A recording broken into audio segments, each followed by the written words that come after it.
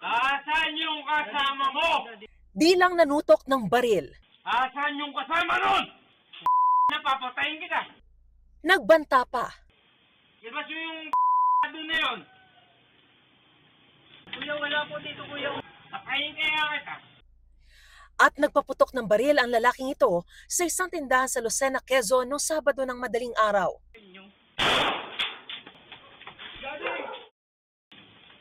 Ang lalaking nahulikam kinilalang si Patrolman Rodolfo Avila Madlang Awa, pulis na nakadestino sa Lopez, Quezon.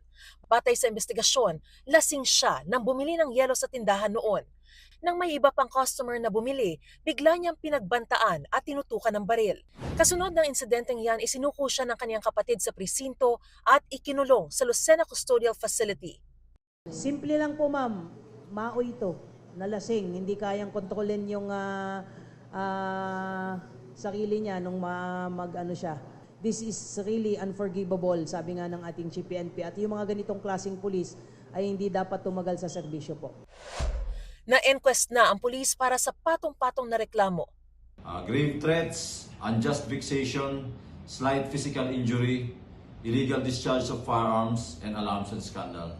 Nadisarmahan na rin siya at mahaharap sa administratibong kaso. Ang gusto po ng ating Chief PNP ay i-subject po siya sa summary dismissal proceeding para mas mabilis po yung gagawing pag-dismiss po sa kanya sa serbisyo po. Tumanggi magbigay ng pahayag si Madlang Awa. Sinusubukan pang kunin ang panig ng mga nagreklamong biktima. Para sa GMA Integrated News, Mariz Umali, nakatutok, 24 oras.